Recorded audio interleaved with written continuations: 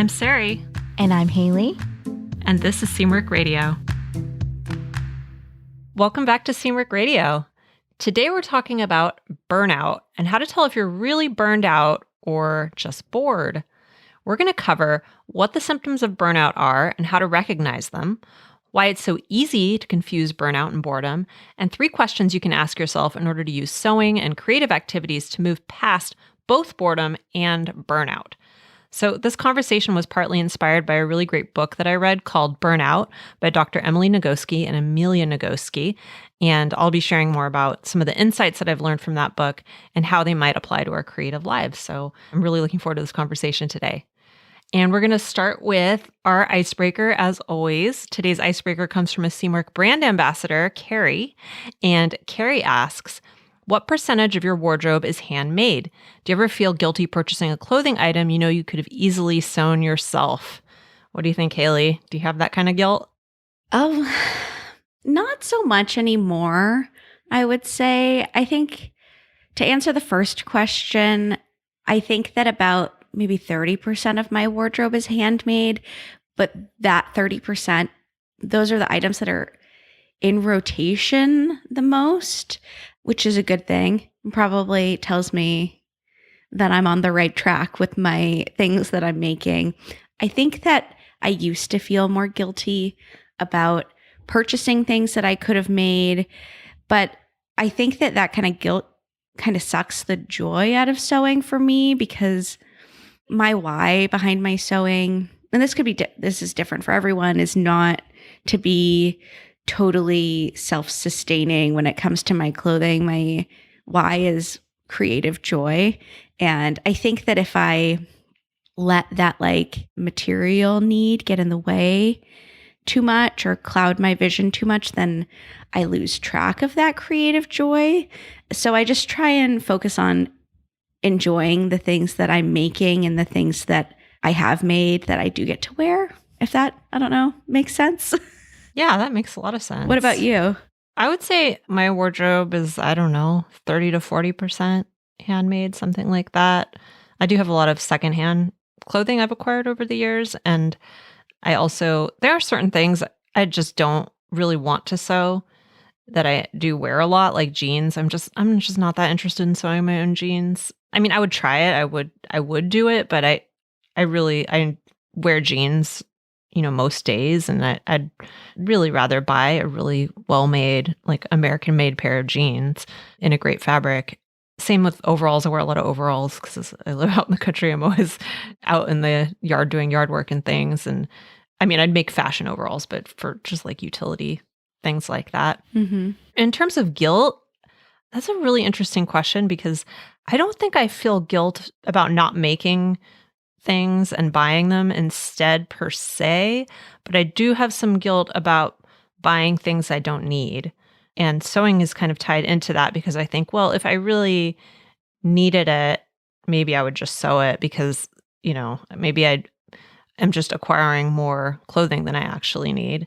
And so I do have those thoughts, but I don't really feel guilty about buying something instead of sewing it necessarily. It's just more like sometimes I feel like I'm buying things just because they're pretty or attractive to me, or, I just have this want, I just have this desire, and it's either not based in a true need, or I'm doing it to make myself feel better about something else. Mm-hmm.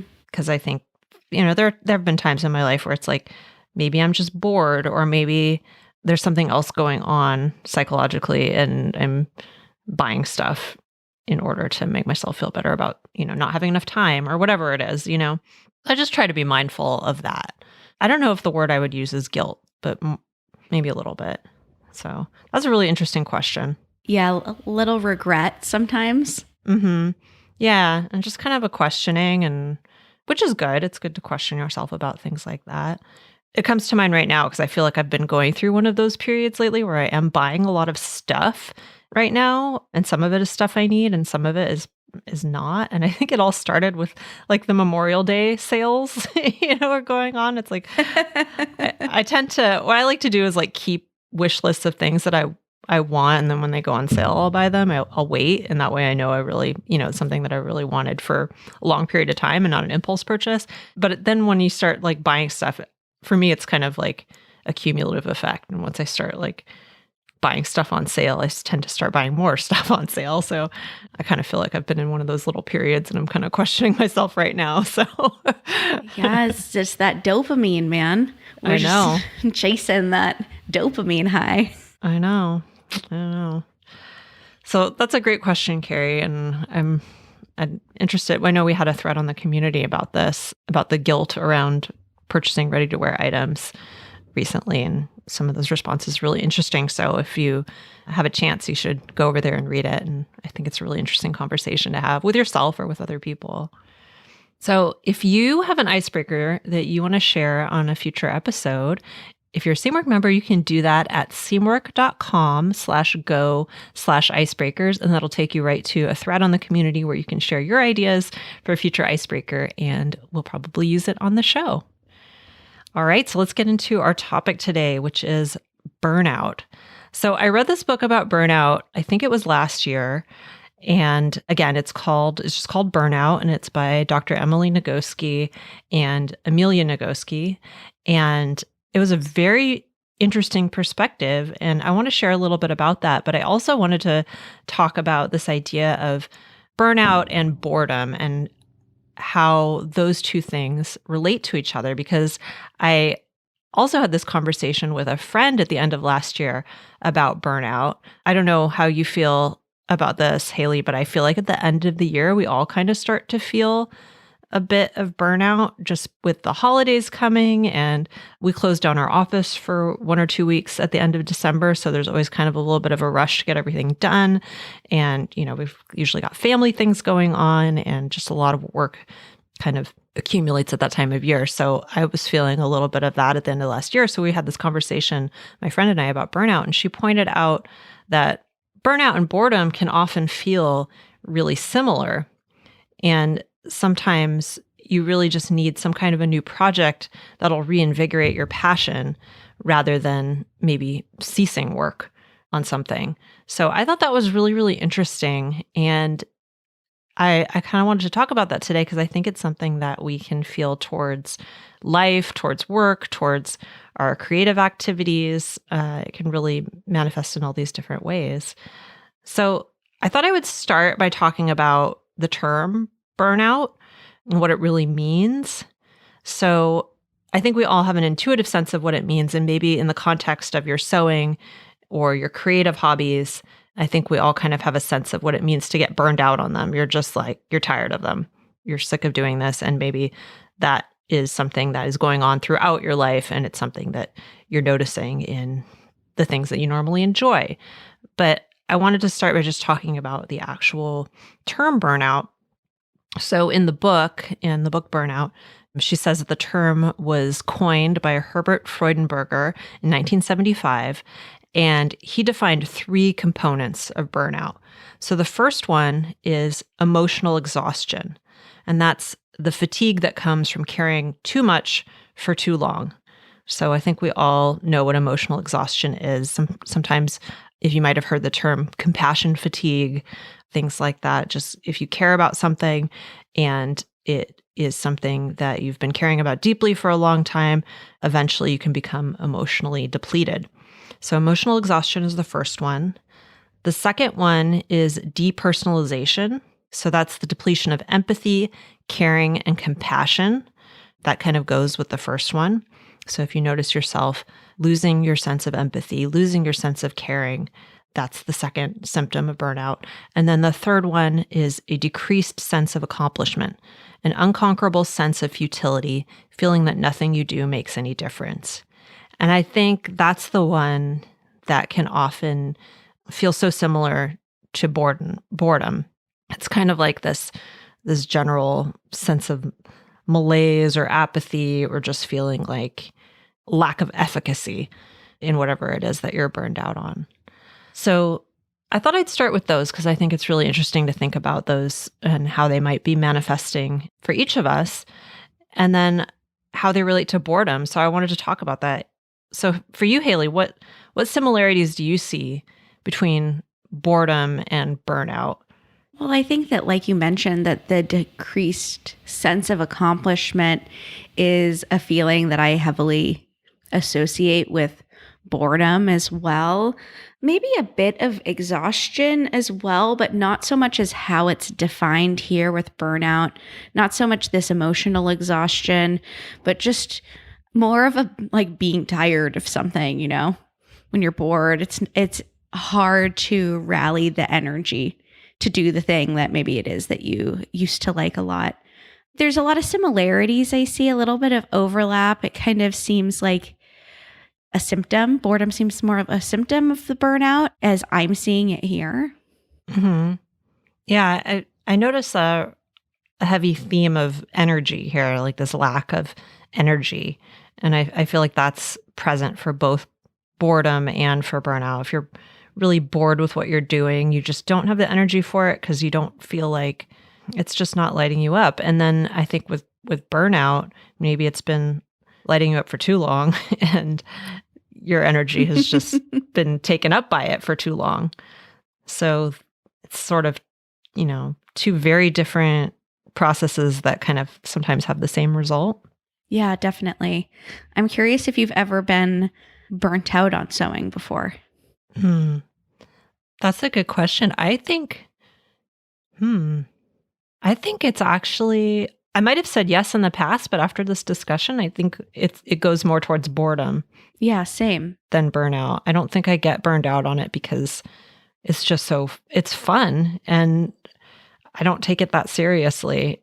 If I did take it very seriously, like I do some other aspects of my life, then maybe I would get burned out on it. But I think maybe I would have said that I had been burned out on it, but actually I think I was just kind of bored. What do you think? Yeah. Yeah, when looking at these kind of parameters a little bit more closely, I definitely feel like I have experienced burnout before, but never in sewing. Not in sewing. I think I've experienced boredom, and that's why I'm kind of a chronic collector of hobbies, as I know you are as well. So when I'm feeling bored, I just kind of hop onto, another hobby and get excited. And, I know I'll always come back to it. Mm-hmm. I think for me, a lot of times in my sewing or in other creative hobbies, if I do get bored, I just need to challenge myself in a new way or find something else that's inspiring about it. Maybe explore a niche in sewing that I haven't done before, or try something adjacent like making shoes, making bags, making hats, making home goods, and just like find a new entrance into it again. Whereas I think if I was totally burned out on it, it would be more like I need to do something else for a while. I need a break from it. But I don't usually have that. How have creative hobbies actually helped you with actual burnout? That's a good question. I think, thinking about it, what the areas where I do experience burnout in life, some of them are work, obviously. I think everybody experiences burnout at work from time to time because, work is by its nature. I mean, maybe it's not for some people, but for most people, it's challenging. And if you care about your work, which I do very deeply, then it can definitely lead to burnout from time to time. And I think in those cases, sewing or any other creative hobby, it could be, drawing or gardening or whatever it is in different ways, they give me something else to care about. They kind of shift my brain into another mode of thinking, another mode of being, and remind me that there are other things that are outlets for my creativity and for my sense of who I am and a lot of the other benefits that I get from work, that there are other ways to realize those things besides work. So that's one example. I think another place that I experience burnout might be, with relationships. If you're dealing with a crisis in your family or a medical crisis in your family, things like that, which I have, I think then in that case, it has given me at least a chance to reconnect with myself and kind of make sure that I feel fed so that I can give to others. So those are the two things that I've really noticed in my life. What about you, Haley? Yeah, I think I struggled with like an all around burnout a couple of years ago when we were kind of in early pandemic times. I had a brand new baby. I was working full time. It was just like a lot. And I felt like I was very pedal to the metal for every single waking hour. And when you have a young baby, all of your hours are waking hours. So it was just kind of like a nonstop marathon. And I think that allowing more time for creativity, not just in sewing, but in other parts of my life, made me stop living my life like it was a checklist, which I think was something that really contributed to that feeling of burnout. And I had to learn to take the path of least resistance where I could to allow myself more room for those creative pursuits that made me feel like me and rested kind of emotionally and creatively, while also making time for, actual rest. So I did that was my first time having like a big garden and baking a lot and sewing more often and really kind of scheduling those kinds of things for myself. And it really, it was one of the things that, it wasn't just that, but it was one of the things that helped me kind of like come around again. But it was a process. Yeah. I think that's one of the things that is really hard about this is when you feel like you don't have enough time, that's often when you really need to schedule that time. And so it's a little bit of it's a conundrum. It's really hard to resolve sometimes because you should be doing these things, or at least, it would help you to do these things, but you honestly feel like there's no way you can fit in one more thing into your life. And I think that's what makes it really so hard. And when people, talk about self-care, it's not something that's always easy to accomplish or as easy to accomplish as it's made out to be. Sometimes it's a big challenge. Yeah. I feel lucky that I had, resources to accomplish that. I have a partner who's really supportive and, is like an equal shareholder in parenting. So that allows for it. But I know it's tough. It's really, really tough to do. And I can't like pretend like creative hobbies are like the sole answer. But for me, it was like really, really helpful. What do you think makes it so hard to address feelings of burnout? Well, I think in addition to the time thing, which we just talked about, in the book, Burnout, she talks about how it's really important to complete the cycle is the term she used. So complete the cycle in your body and with your emotions. So not just dealing with the external causes, like we've talked about some of the external things that are going on, and some of the external issues might be, making time and those kinds of things, but also that you need to deal with the actual symptoms that you're having within your physical body in order to process it. And so I have this quote that I pulled out from the book that I think speaks to this. So she said, for a lot of people, the most difficult thing about completing the cycle is that it almost always requires that they stop dealing with whatever caused the stress, step away from that situation, and turn instead toward their own body and emotions. So you have to set aside your problems in order to care for yourself for a moment. And I think that is really hard to do, not just on the practical level like we've just talked about, but just on the emotional level. It's really hard to convince yourself that that's what you need to do, is actually deal with how you're feeling and your actual physical emotions, which I think is really interesting because I think it's easy to forget that emotions are not some like fairy dust that's happening in your brain, but they're actual things that you're experiencing in your body. Emotions happen in your body, and they're very, very real and very, very important. So I think dealing with them is not something that we're often trained to do or taught how to do, and that poses a lot of problems. I don't know. What do you think? Have you experienced that? Yeah, well, emotions are like, they're a like physiological event in our body. If I had some other like bodily thing I needed to deal with, like, I don't know, if I sprained my ankle, I wouldn't like keep running on it. I would address it. And I think, treating your mental health, your emotions in the same way is vital. It's hard in a culture where it's not like prioritized as much. It puts the onus on the individual for sure. Yeah. Yeah. It took me a really long time to understand this concept, like an embarrassingly long time.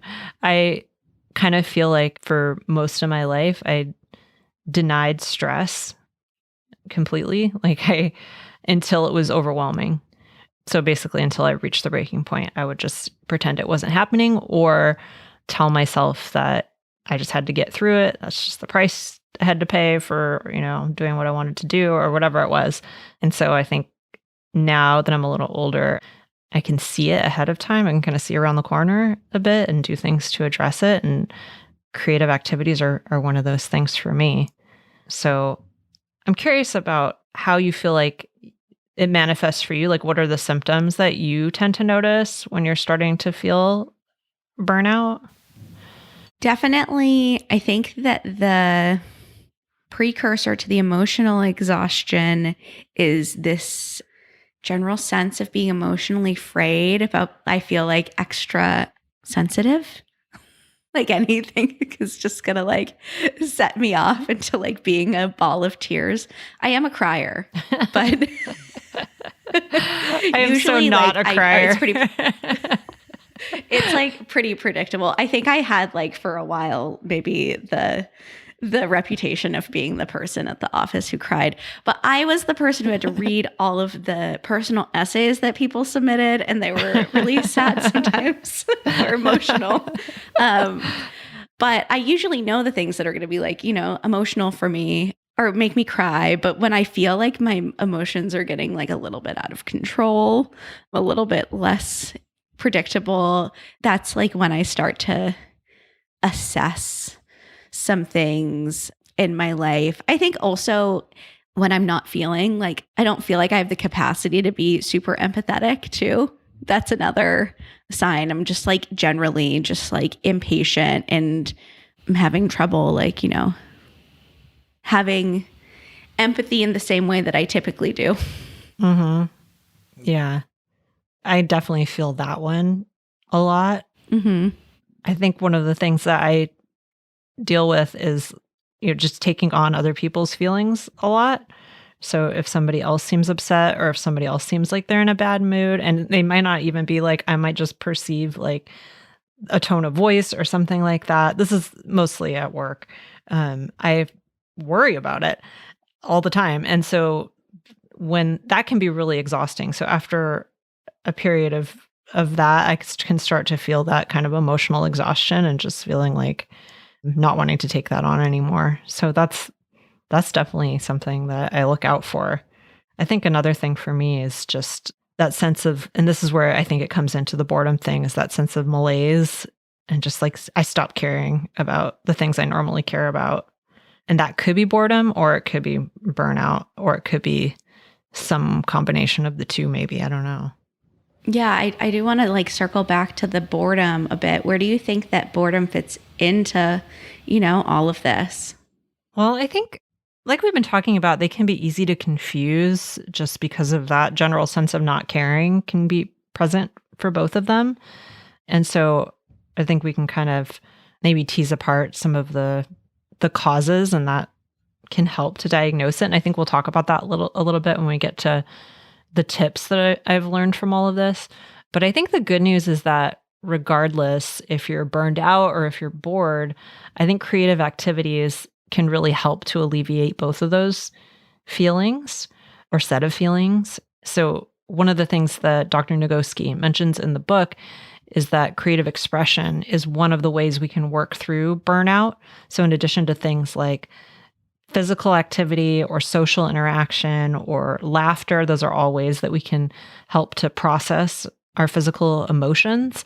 She says creative expression is actually one of the ways that we can work through burnout, which I think is so interesting. I've definitely found that to be the case, that just doing things that are creative can help me to process my feelings. even small things, even if it's not like, painting a masterpiece or something, or, writing a novel. It could be just going out into my garden for a little while, or, sketching, or whatever it is. I think, for all the reasons that we've already talked about, shift of focus, I think, is a really, really helpful one. Yeah. So you came up with some really great questions to kind of ask yourself when you're questioning whether you're experiencing like some burnout, some boredom, what's kind of going on. Can you share those with us? Yeah, I think so. As we were talking about this, I think there are a number of questions or steps you can go through to figure out what you're feeling and then how you might best deal with it. So there are three main questions here that I think you can ask yourself. So the first one is, are you feeling the other symptoms of burnout in addition to maybe that sense of boredom, that sense of ennui, or that sense of not caring? And that can help you to kind of figure out where it's coming from. So if we go back to those three signs of burnout, so in addition to that kind of lack of accomplishment, that lack of efficacy, that kind of general feeling of malaise, which might be burnout or might be boredom, there's also the component of emotional exhaustion. So do you feel emotionally depleted? Is that how you're feeling? And then the second one was depersonalization or a lack of empathy. And that might not be, if we're talking about things like, are you burned out on your sewing practice, for example, maybe the lack of empathy won't manifest as much. But I think generally those are two things that you can look for. Personally, for me, I think burnout tends to infect every aspect of my life at once and not just one. So it might come from one area, but it tends to kind of spread into other things. So that's just one thing you can ask yourself if you are just trying to tease apart whether you feel burned out or whether you feel bored, so that you can figure out how to address it. Are you feeling emotional exhaustion? Are you feeling that lack of empathy? So the second question you can ask yourself is, what type of creative activity is going to be most fulfilling for you right now? If you're bored, you might need something that's really challenging and exciting to kind of get you back on track. And if you're feeling burned out, you might need to just focus on enjoying the process and relaxing into the creativity and not being so focused on outcome. So you can think of it as kind of a dial. What speed do you need right now? Do you need to really push yourself and find that fun again, or find something that's new and challenging and exciting and something you've never done before, help you get out of that boredom sense? Or do you need something that's relaxing and that you can just maybe in some ways turn your brain off, or turn part of your brain off and relax into what you're doing and enjoy the physical sensations, the motor skills? It can be very soothing to do things that your hands are used to doing, whether that's sewing or knitting or whatever it is. It can just be very physically soothing. So that's another thing you can ask yourself, is just, where do you want to put that dial on the challenging to relaxing spectrum? So that's the second question. And then the third one is, what kinds of creative activities can you incorporate on an ongoing basis to prevent burnout and stress? And I think this is so important, because I think stress is a really serious health issue that we probably don't talk about or address enough. It's a source of a lot of physical illness, a source or a contributor. I mean, anytime you have some kind of little malady, or you go to the doctor because something, like, they always ask about your stress. And, the recommendation, whether you're looking up things online or talking to your doctor, is always, how can you reduce stress? And it seems it's a huge challenge. But I think what I'm talking about is not necessarily the stress of like an acute stress. Sometimes it is, but the kind of chronic stress that I think a lot of us deal with that just never goes away. And I think it's really important, for me at least, to figure out ways to mitigate that and not have constant low-level stress in my life. And for me, creativity is one of the ways that I do that. So maybe you just need some processes in your life that you can think of like built-in speed bumps for yourself, things that you don't have to necessarily think about, but that just become part of your process of daily or weekly life. And also think about how you want to feel while you're doing them so you don't end up using them as a way to just do more and be more productive and hold yourself to an even higher standard. Kind of going back to what you were saying, Haley, about feeling like everything's a checklist. That's a trap that I really easily fall into, where even things that I enjoy become things that are on my checklist that I want to get done so I can move on to the next thing. So I think if you can step back and think about how you want them to affect you and how you want to feel while you're doing them, that can be really, really helpful. I've been thinking about this a lot because I feel like I could use some kind of regular time set aside. And I haven't really figured out when it should be, but some time set aside in my life just for creativity, like just fun, like sewing, drawing, whatever it is. I'm struggling to find when that would be just logistically. But I do think for me, it's like something I'm noticing that I really need. Do you have that? Haley, do you have like a time that you set aside to do stuff like that? It changes on a like kind of seasonal basis just because I feel like my schedule changes as the sun kind of changes, the daylight changes. Right now, I just moved a couple weeks ago, and the whole like finding a house and all of the build up to moving and then unpacking kind of did away with all of that. So I feel like I need to build that in again. Historically, Eric and I used to split Saturdays. So he would have like one half of the day to do his thing. I would have the other half. It was really nice, but sometimes it would stress me out because I felt like this is my chance. This is my 4 hours a week to sew something or do a project.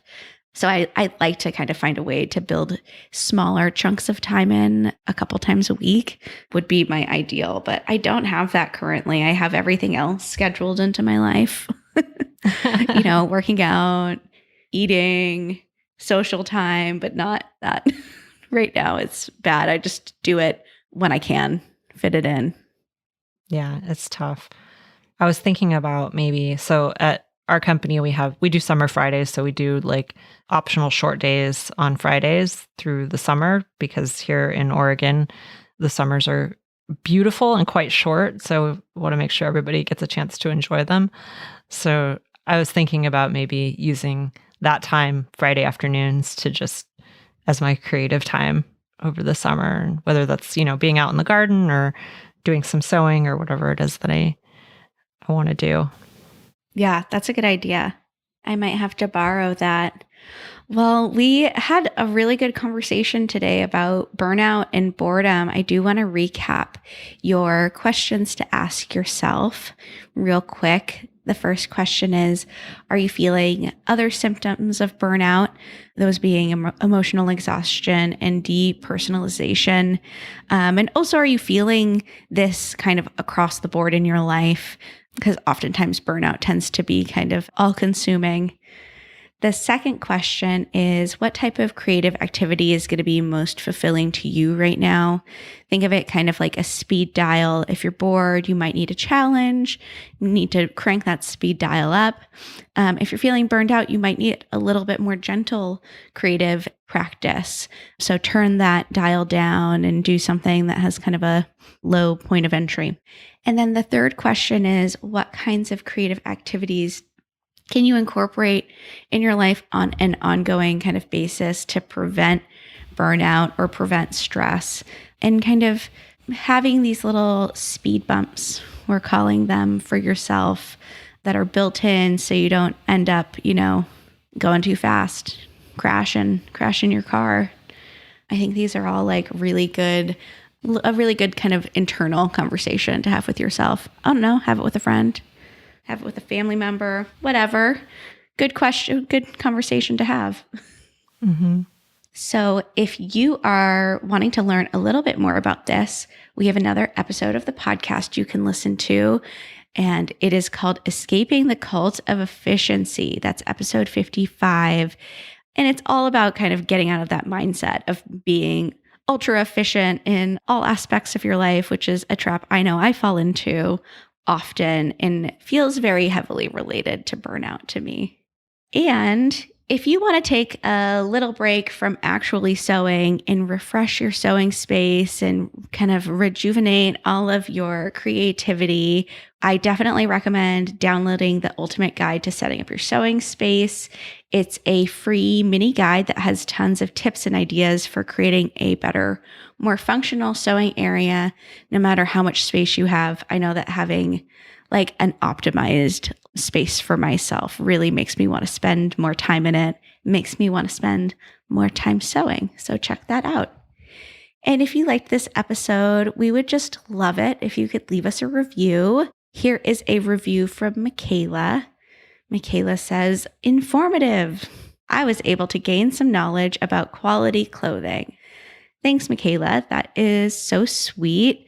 And we would love if you could leave a review for us as well. And if you do, we might just read it here on the podcast. You can also follow us on YouTube at Seamwork Video, on Instagram at Seamwork.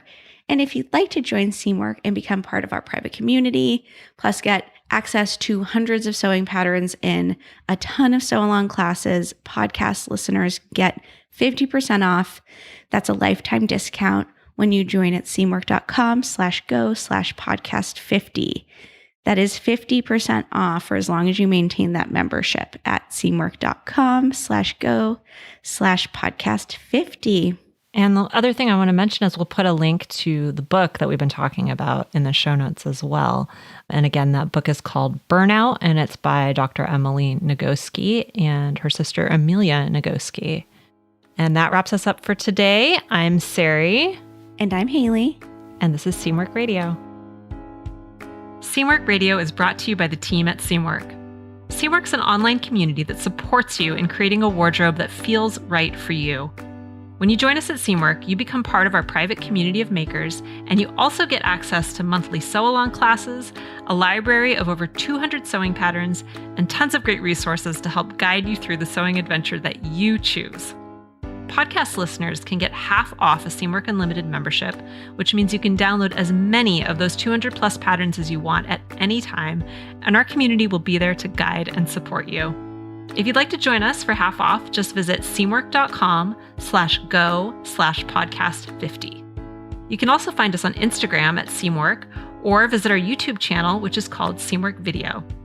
We love hearing from you, so let us know if there's a topic or a personal story that you'd like us to cover. Thanks for listening to Seamwork Radio.